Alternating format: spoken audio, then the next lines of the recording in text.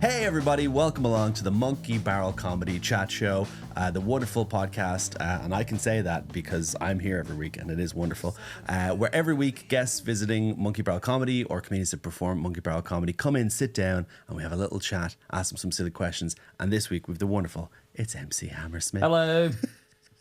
Sorry, I didn't know if that camera was yours. So no, this is our little wide shot, and then this you've got over here is your, feel free to just stare down that right now. We did an episode with Phil Ellis, and Phil Ellis shot everything right down the barrel. And nice. Ewan, had to edit it, and Ewan was like, it made me very uncomfortable at 2 a.m. Seeing a comedian looking dead into my eyes. Yeah, that'll psych you out. Oh, yeah. So, for people who haven't seen you, I mean, you're very, very popular. You've appeared all over TikTok and the internet. Yes, popular on TikTok where children bully me. Lots of different places. People have probably seen you around. But for anyone who hasn't seen you, what would you say is your vibe? This is our little vibe check at the start of the show. Yeah. Just awkward, nice man. Very good. I do improvised hip-hop comedy, and I do scripted hip-hop comedy for the internet, where, as I say, kids bully me in the comments. I do improvised raps. We were working together just last night, George. Yes, we were. It was great fun. We had a lot of fun with that audience. Yes. And have you found the rat's body? No. So I told you last night that I found there's a rat problem in our apartment, and I have a trap, and I went to the trap and it had snapped, but there was no mouse or rat in it. There was just a rat's head. I don't know where its body is. And I still don't know where its body is. It's the most cursed green room chat last night of going, so what's everyone been up to? You're like, I found a rat's head last night, but there's no body in the trap. Where did the body go? Where did the body go? Either the body ran off by itself or something bigger took the body. Yeah. It was such cursed green room chat. It's also a cursed way to start a podcast. It's bleak, dark, and horrifying, actually, when you think about it. We'll put in a picture of... No, we won't. But I'm very worried about that, because I feel like there's going to be an update at some point where I'm going to reach under a cupboard, or there's going to be something, the shower is going to start shaking and going dun dun dun dun dun, and I'm like, what's that? And then a rat's body will explode all over me. Something is going to happen. I just think he's going to be walking around on his hind legs, smoking a cigarette somehow with no head. You got a light. All right, pal. So you've done lots of stuff here. When I was looking you up on the stuff that I didn't know you've done before, like you studied at Second City, you did UCB in New York. Yeah, did all the improv things in America. All the improv things. Sounds impressive. Then you realize anyone can just pay money and do it. That is true. There's a weird thing where people will say that, where you're like, cool, are you one of the good ones or just a random person that books things all the time? Very much the latter. I found 10, 12 years ago in Edinburgh, there was almost no improv training. It was very difficult to get, and so you had to go to the States or bring teachers from the States over. So I spent many summers in Chicago and New York just doing improv classes, and I was already into improv, but that seriously put the wind under my sails and got me into it, just doing improvised musicals, improvised plays, improvised short form, long form shows. It was great fun. And for people who don't know what Second City is, it's where Bill Murray and a lot of the Canadian and different comedians from SNL kind of worked up and built that. And then UCB is more I guess comedians from the last 20 years, like Amy Poehler and the Source. Yeah, she's one of the founders. I mean, they're legendary comedy institutions, and Second City's big thing is improv into sketch. Yeah. So it teaches you how to, if you want to get a written sketch at the end of this, here's the bullet points you need to improvise around, and then you just repeat it again and again and again until you focus, or rather till you land through that focus on a completed written sketch. Yeah. So the way they churn out sketches for their main stage shows every 9 months or something is amazing. You never find it here. There isn't the budget for it. I've definitely watched these little YouTube videos they'll upload where they do shows and people will just write new characters and practice them and then come out and do this big performance. Yeah. And one of my favorites was a guy that came out, Christ, I can't remember their name, but their sketch was that we've all heard of 3 children hiding inside of a trench coat to look like an adult, but this was 3 trench coats hiding inside of a child. So he comes out and is like, we are not trench coats, and then opens its mouth and all these coins spill out. That's great. It was fantastic. It's fun. But yeah, that's that. There's nothing like that over here where you can kind of come in, sit down, learn to write, learn to produce something, and then perform it. Yeah, this is the thing about particularly improv in the UK. In the States and Canada, it's an institution, and in the States, I was going to say pyramid scheme. Well, improv is a pyramid scheme. Yeah, a little bit. The ladder to climb through institutions like Second City is you do the shows, you do their tour company, you're on the main stage, and then you'll do your showcase to get on SNL. And a lot of my improv teachers actually were down to the final 2 to be on SNL, and they didn't get it. And you can imagine how devastating that must be for people. But equally, it's still the form that they love, and like it's the one shot they had at doing it, and it's still to be part of like such a rich and diverse, well, now at least, a rich and diverse and thriving comedy scene. Chicago's probably the best scene for comedy in the world. It seems like it. Like, so it seems like could be worse. That's what I hear all the time. I remember hearing a crazy story about there's a comedian, Dana Gould, and he would have done all this stuff as well. And he went and did his SNL audition and smashed it. Yeah. And he did the audition the same year that I think Adam Sandler and Chris Rock were there. And so he's on the plane going back to like Chicago, and they're like sitting on either side, and he was like, well, looks like I've done it. Dana Gould's going to be on SNL. And then the plane landed and their phones binged, and they both had got it and he didn't. They couldn't believe it. They were like, what? Wow. It's insane. Do you know when you're starting out comedy and you drive down to the Gong Show in Manchester or somewhere with like other comedians, and then one of you gets it and the other 6 of you in this crammed into this car don't, and then it's just an awkward 4-hour drive home. It's like the extreme version of that. Me and a bunch of comedians went down to Coach to do the Irish Comedian of the Year competition, and I won it, and then the coach ride home was so awkward, and also afterwards the vibe was different, because I was like, oh, it was cool, like, because I was just like, oh, fine, whatever, and everyone else was pounding drink and so furious. I should have got it. It could have been me, George. It could have been me. And I just walked around going, it should have been you. This is insane. I can't believe I got that. And I think it was just because I complimented the guy that ran the show, because I was at the end, it was me and one other guy, and it was like they were getting the crowd to applaud, and I feel it was equal. Yeah. But he kind of went, pointed at me, and I was like, that's what I've dreamed of. Someone to go, well, sure, you. Who knew comedy was a meritocracy where you have to fluff the gatekeepers? Who thought? Who knew? Wasn't even that good. I was just like, oh, cool, like your t-shirt. I think it was like Game of Thrones when it first came out. I was like, oh, cool t-shirt. And he was like, thanks. And I was like, oh, cool, that's going to help my career now. Sick. I'm now the best at comedy.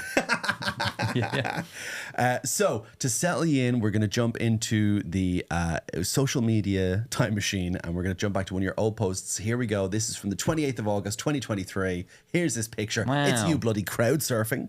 I did at Monkey Brow 1. This was one of the last nights of my Fringe show last year. I took challenges from the crowd, so I'll freestyle rap while doing XYZ, and often it would be like, do a backflip or twerk or moonwalk or something. And if it was something more acrobatic, I would get people to lift me up. I would do it in slow motion. But here they went crowd surf. And as you can see from this picture, that is before I realized you should never crowd surf on your front. Because people are just trying to avoid my regions. Yes, my penis. And God bless them going, nope. And then halfway through that crowd surf, I remember switching onto my back like, oh, I should do that. So I'm just not, full crotch facing people. I saw someone at a concert once trying to crowd surf in their front, and it was fine until as they came to the next person, the person like put up their hand and grabbed the only thing that they could, which was the singer's throat. It's not very health and safety, is it? It's just something, the music just went like, and then back into the song. I do love seeing the hands on your legs in the background. And the fact that your legs are so high up. This does look like it looks like you're a person who can't walk, who's like, I want to know what it feels like to fly. The legs are high up in the air, aren't they? They're really, but it's the grip on them as well. Yeah, it did feel like flying for about 20 seconds until you reach the back of Monkey Brow, which is not a deep room. Or you feel a stranger's thumb in your belly button. That's not a great moment. I've crowd surfed 2 or 3 times at various shows, and there's one, I keep meaning to put it online. It was in Bristol, and they went crowd surf and go through your Google search history. I remember going through it I was saying this in rhyme. I was like, I need to say as I go to town, on the way here, my car broke down. So what I was looking for, it's so official, was mechanics who do Vauxhall courses in Bristol. On my back, just like very relaxed, because it's my 3rd time doing it. Just there, going through like talking about Halfords and air cooling fan resistors and stuff. It was very, for something so like dramatic, crowd surfing, it was so mundane. Which I enjoy. People were just listening going, oh, it's very good. It's very good. Whereas... Wow. This is hip hop. It's about going through various mechanics in the wider southwest England area. But was it nice to do that near the end of Fringe? Like, this would have been the last shows during that Fringe. Yeah, I think if you're going to defy death, I think do it at the end, not at the beginning. Lest something goes wrong. But you've learned the lesson now. Don't do it on your front. I wonder if doing it on your side would also be bad, because there's not enough space there. It's just one or two people. I'm a skinny boy. I'd just disappear. Like a remote down a sofa. Oh my God, amazing, cool. Well, that's. I don't think I've seen a more fun photo from a comedy show. That's very kind. You'd say it was a grand old time. I love just. You've seen me do so many like sets at Monkey Barrel over the years, and you'll know a lot of the times it is the same routines, and sometimes it's the same gags because people suggest the same things because you're stood in front of the word comedy. Yeah. I've spoken about this on podcasts before, but if you're stood in front of the word comedy, your punchline rate needs to be high to deliver that promise. In the solo shows, I can spend a bit more time interviewing people. I can actually take 5 minutes to talk to someone, then do a 10-minute rap about that, and just digging deep into it and being a bit looser, having more fun with it. It's why I much prefer the solo shows because I get more time to actually improvise, which is the thing I enjoy doing. Exactly. Well, that's what's great because you obviously do spontaneous Potter, you do Shamilton, which I just found out about before we started recording, and I'm very excited to see that. I'm very excited to see what you do with that bit in the middle of the show where Hamilton sings about, oh God, I have to cheat on my wife now. I can't help it. Lord, help me say no to this. So we do an improvised Hamilton based on audience suggestions. Well, one audience suggestion. So we do an improvised hip hop musical, an improvised hip opera about a celebrity who isn't Alexander Hamilton. So we take historical figures. We've done fictional ones as well. We did last Fringe. We did SpongeBob SquarePants. We did Ross from Friends. Not David Schwimmer, Ross from Friends. We did his Hamilton. Cher, Michelle Obama, and the rest of the cast are all American, and they're very diverse mixed cast, and they're all super talented. They're brilliant singers and dancers and rappers, whereas I'm there rapping like an awkward pencil, like at the side a lot of the time. I'm like the only British one in the cast, I believe, and it's great fun. I love it. You're rapping, and then if they need anything else, you're like, I can crowd surf as well. That's my two skills. Exactly, that I can bring on to my the back, game. on my back, on my back. Oh, fantastic. Well, I do also like the people reaching for you. It's very rare you see people reaching for comedians. You see it like with Cher or Madonna. Where you see people like, what a great punchline. Yeah, I don't think people are going, we revere you. They're going, we are genuinely concerned for your physical safety. That is that is it. It's like, whoa. Easy. Stop doing this. Perfect. All right. Well, thank you for that. We've got a wonderful game that we're going to play now that we've been slowly learning how this game works over time. You've probably seen this in American movies like American Pie. We have a name for this part of the show, which Claire wonderfully came up with. It's 2 comedians, 1 cup in brackets each. Wow. What a family-friendly title. Okay, so let's shit in these cups. That's the point, right?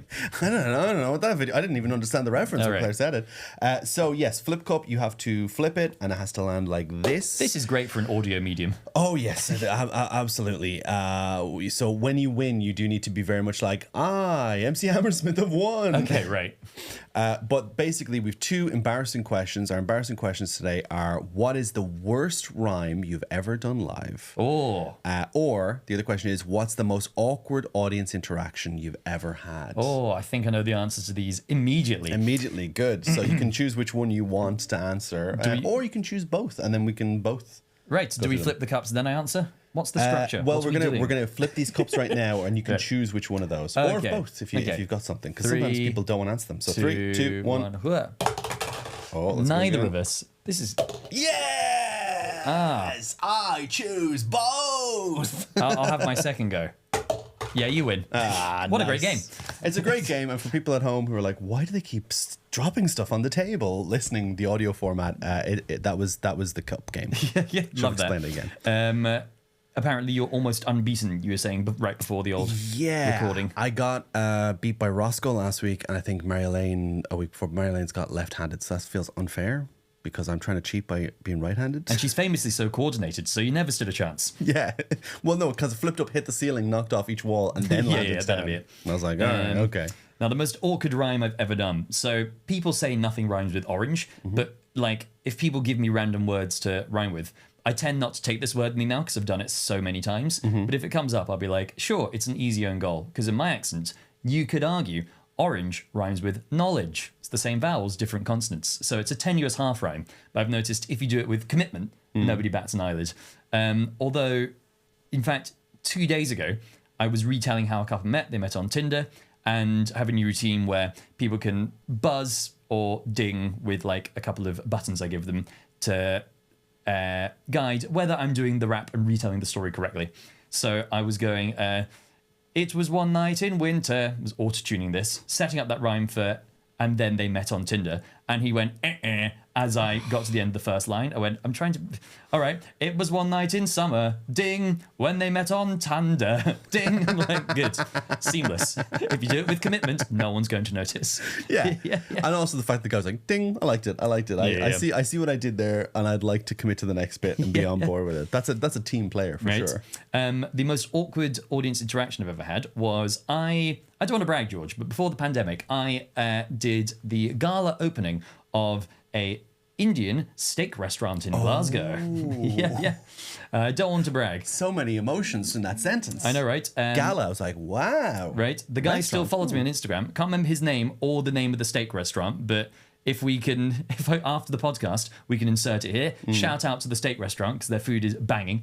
It was the gala opening and the food was delicious. But I told them this at the time. This is the most awkward I've ever felt on stage because the gig was going great. There's about 30 people all crammed into the corner room of this restaurant. Yeah. And they're all of South Asian / Scottish descent, and the gig's going very well. They're being a wonderful crowd, and I was like, great. So it's a guy and his wife, I believe, who set up the restaurant. I'm going to find out a bit about them, and then I'm going to do a freestyle rap about like how they met and everything. Yeah.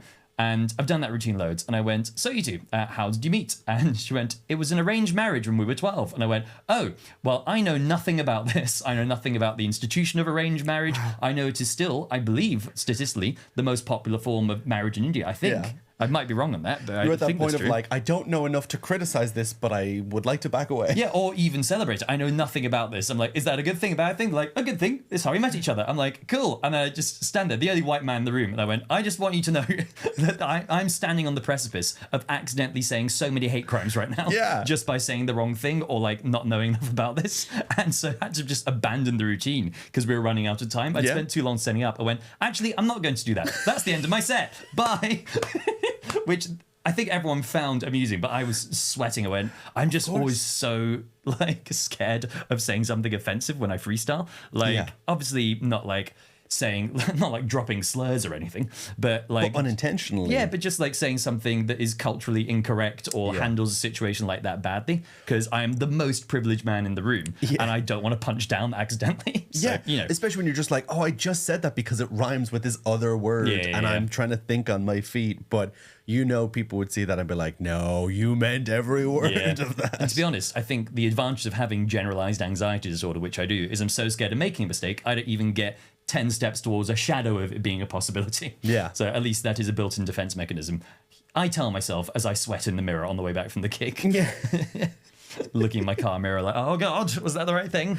That is the stress, is when you say something and it doesn't hit in the room, but then like days later you suddenly go, oh my God, I hope nobody thought I was saying it this way or that way. It just Another pops in. awkward one I had was I was like, it was doing that exact routine we were talking about, like trying to have a challenge, and they went, do a front flip. And I went, done this a couple of times before. I'll get 3 people from the crowd to hold me up and front flip me in slow motion. I brought this is in near Manchester. Brought a guy up and he walks up on crutches. I'm like, well, I can't ask him to do it. Oh, it's fine. You can stand. I'll do it with 2 people. I'm saying this in rap, and I bring another guy up. He is also on crutches. Oh my God. What are the chances?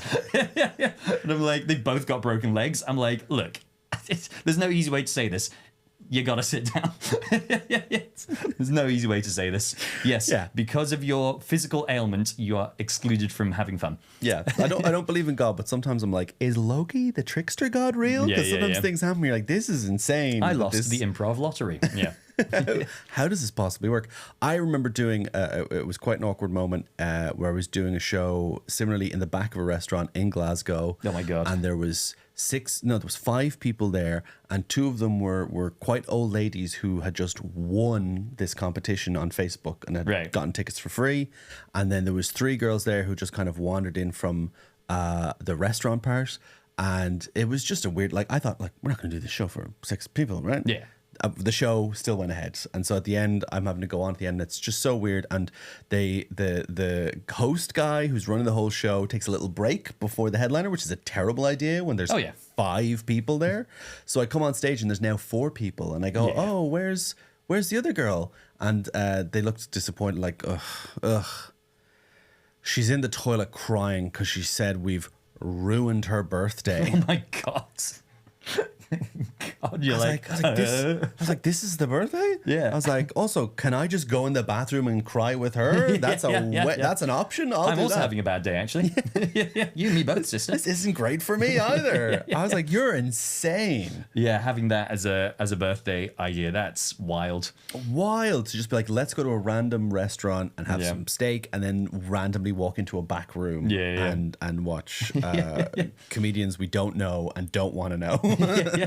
But I also appreciate she eventually came back and I was like, we all good? She was like, yeah, it's fine. Good.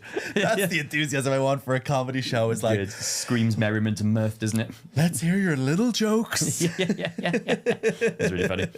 So we have questions from our previous guest. Oh. Rosco McClelland was our previous guest, and I believe you two are such good pals. You've almost made the same identical poster for this year's Fringe. Yeah. People can look that up. Do you know what? We'll put it up on screen. Ewan, put up the poster for MC Hammersmith this year, and Rosco. It's unbelievable. It's the same. That's not planned. Yeah, That's we should have consulted. So here's Roscoe's clip. But before we watch that, I want to know. We all know comedians can sometimes be forgetful. Indeed. So we like to get our guests to guess how long do you think it took Rosco, your previous person, to send in their questions. So we've had somebody send it in less than 15 minutes after they were requested. We've had somebody send it in literally 20 minutes before we start recording the next podcast. So we've had the extremes. So how long do you think Rosco took before? I think he sent this in this morning. This morning. Okay, so we will find out after the clip. Let's see the clip with Rosco. Hello, MC Hammersmith, if that's even your real name. Wow, insulted. Here's three questions that I've thought of for you. Firstly, question number one, how much, if any at all, does Dr. Seuss inspire God's sake, what you do? I will batter this man. Secondly, in your opinion, why do people like rhymes? And thirdly, this is deep stuff. Again, in your opinion, what is a tooth? Yeah, man. See you later. Thanks, Rosco. This is exactly what I expected from this man. Yeah, I would also like to clarify for people that Rosco was in a parked car, and definitely, even though the background looks like it's moving, that's an optic illusion. He's in the passenger seat. It's probably fine. Oh, is he? Is he? That's right. You're right. He's fine. Oh, thank God. Because I also saw that his hand was holding the phone in his glasses as well. I was like, Rosco, what are you doing? Or he's driving and he's flipped the footage. That's true. That's true. I wouldn't put it past Rosco. That looks like flipped Rosco to me. Oh my God. Dr. Seuss does not play any part in anything I do. Also, I don't want to brag. Dr. Seuss, not a real doctor. Right? Like Dr. Pepper. Yeah, Dr. Pepper, not no medical license. Dr. Pepper, I believe, was a pharmacist or something like that, because they used to like do drinks and stuff. I'd let a pharmacist tell me what's wrong with me. Wow. Well, woe betide you. Especially if they were like, you need some Pepsi. Oh, cool. My doctor's awesome. Yeah. Why do people like rhyme? I think that's the one serious question here. Yeah. I don't know. I think the words sound the same, so it's fun. Yeah. I have noticed in musical improv and when I write raps as well, there is just this, because 99% of hip hop and rap music is written in 4/4, 4 beats per line. I've just found that the natural rhythm of 1, 2, 3, 4, 1, 2, 3, 4, 1, 2, 3, 4, 1, 2, 3, 4. On that fourth beat of the fourth line, that's where punchlines go, because it's this natural da-dum-da-dum and then da-dum-da-dum resolution. And just it rhyming makes it obviously linked and makes it sound intentional. But to put it on the fourth line especially, that's where, I think for a similar rhythmic reason, it feels like this is the payoff. This is where the punch goes. I think a lot of jokes are rhythmic in their nature anyway. Most jokes are like da da da da da da da, or da, da, da, like, and the nice thing with the rhythm there is that it helps the audience, I guess, just subconsciously build that momentum into it. And punchlines go at the end. That's what we've learned. The funny word goes at the end. And so when I freestyle, I have backing music that usually has a sting or a pull of the beat on every fourth line. And the reason is so if I'm vamping around a punchline, I can put the rhyming punchline right there. And I've noticed, again, doing some routines that are much more short form, and sometimes I recycle some punchlines in the comedy club from doing like a 10-minute set. I've listened back to myself doing the same punchline, but at a different point on the beat, and it doesn't get 10% of the same reaction if that punchline is not on that fourth beat of the fourth line. You put it there, it just goes, it has this explosive sort of effect. So yeah. And then you just change it a little and you can just see. And it's funny because I think that's very true for comedy as well, but sometimes comedians won't realize it, that like you have a flow, you have a rhythm to your jokes. Yeah. And you can see that when you see like older comics and like especially like I watch like Mark Nelson, you're like, oh, you've got like a real rhythm to this bit. And then you'll see younger people and you'll be like, whoa, you'll figure it out. But it's all over the place right now. You've got the last beat, you just got to get the end to meet up with that. Exactly. Which is interesting. It's fun to see as well. Yeah. So what, like, this isn't one of Roscoe's questions. We'll get to Roscoe's questions as well, but I'm gonna interrupt with one of my own questions. So, like, what was the first kind of rap artist that kind of grabbed your attention growing up? This is some nerdy dorky shit. Yes, you're ready. It was Akala's comedy tragedy history when I was 15 maybe, and it's actually a drum and bass track. I'm pretty sure because the instrumental is really fast, but it is based off a freestyle he did on Radio 1 where he was challenged to improvise a rap using as many Shakespeare plays as he could, and so he rewrote that rap. And then in like a 6-minute track, he gets in every Shakespeare play. Wow. He gets in multiple Shakespearean quotes as well and titles of sonnets. And I think the fourth verse is just playful sort of Shakespearean language that he does. And it's so fast, so quick. I could still do every word. I won't do it now because it's too long and for legal reasons, copyright. But it's a banger. And that got me into like rhyming wordplay in rap music. Yeah. And on the back of that, discovered people like... I mean, obviously, everyone knew Eminem when we were 9. I was aware of him. But then, like, golden age rappers like Big Daddy Kane and Rakim, and then 90s rappers who are very punchline based, like Big L. Such a funny lyricist. And from there, just absorbed as much of it as I could. I remember as well that like a lot of rap in the late 90s, early 2000s would have like sketches and comedy bits in between songs. Yeah, oh my God, there is such a funny sketch at the top of a Snoop Dogg song I love. Yeah. Where it's clearly him as a teacher and he's going, oh, okay, welcome to class today, students. The topic today, what do you want to be when you grow up? And then it's clearly him again, but his voice has been modulated upwards. He goes, hello, little boy. What would you like to be when you grow up? I'd like to be a fireman. That's a pretty good profession. What about you? I'd like to be a police officer. That's a pretty good profession too. Hey, you at the back with those French braids. What's your name? And he goes, what do you want to be when you grow up? And he goes,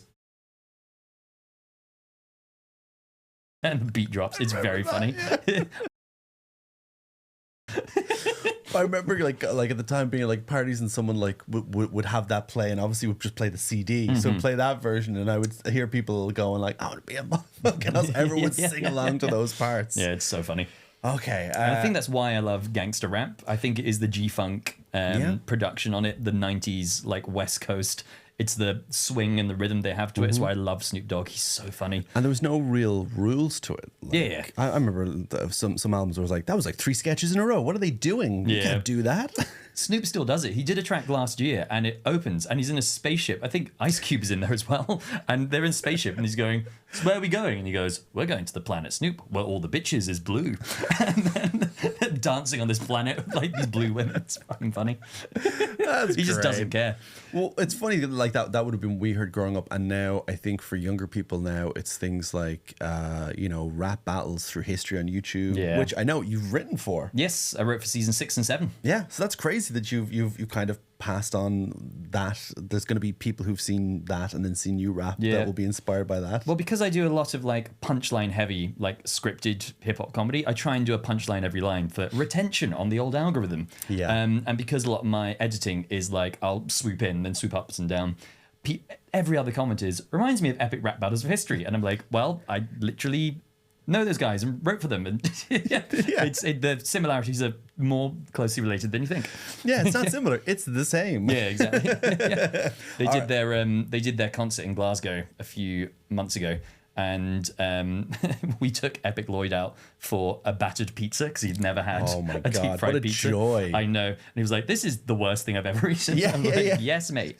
Welcome to Scotland, man. That's exactly what I felt. Like I only had my first one the last like 6 or 7 years ago, and I was just like, this is not food. This is actively bad. This is an active, like, this is self-harm that I'm doing right now by eating this. But also, I'm so glad that I did it. It was such an interesting thing to do because I was like, am I right? Is the bread just 100% grease now? Yes, it is. Yes, it is. It's incredible. Roscoe's last question was, in your opinion, what is a tooth? Roscoe said he was going to ask the craziest questions ever. And this is the only really crazy one. I think the teeth are the eyes of the mouth. That's what I think. Yeah. 32 eyes? 32 eyes. The eyes of the mouth. The same amount of counties in Ireland. Yep. If the eyes are the window to the soul, the teeth are the windows to the throat. There you go. Oh, well, there's eye teeth, isn't there? I'm sorry? Aren't eye teeth a thing? This is worse than the rat's head, man. This is... I thought, am I wrong? Isn't there one of your teeth that's called your eye teeth? Or why am I thinking the word eye teeth is a real sentence? Can we Google eye teeth? We're Googling eye teeth right now. Oh, God. We're going to get such weird hentai. The eye teeth. It's a colloquial phrase. Yeah, a colloquial phrase.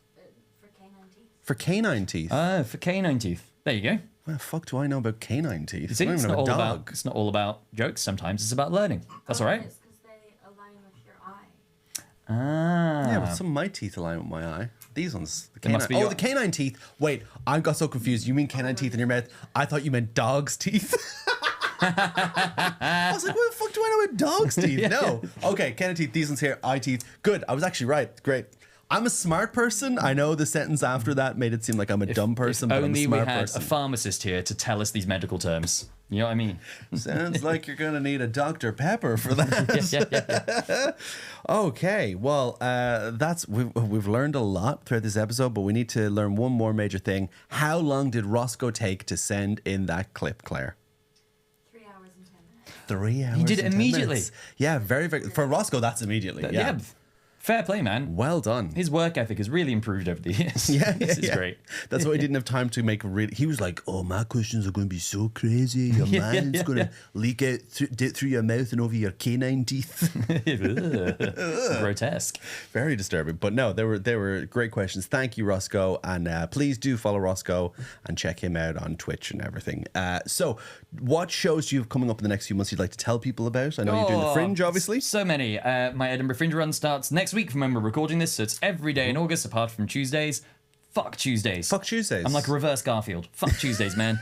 And I'm doing that's at Monkey Barrel at 5 to 2 at 1:55 p.m. That famous time to start a show at. Everyone loves to have hip hop at 1:55. I feel brunch time, hip hop o'clock.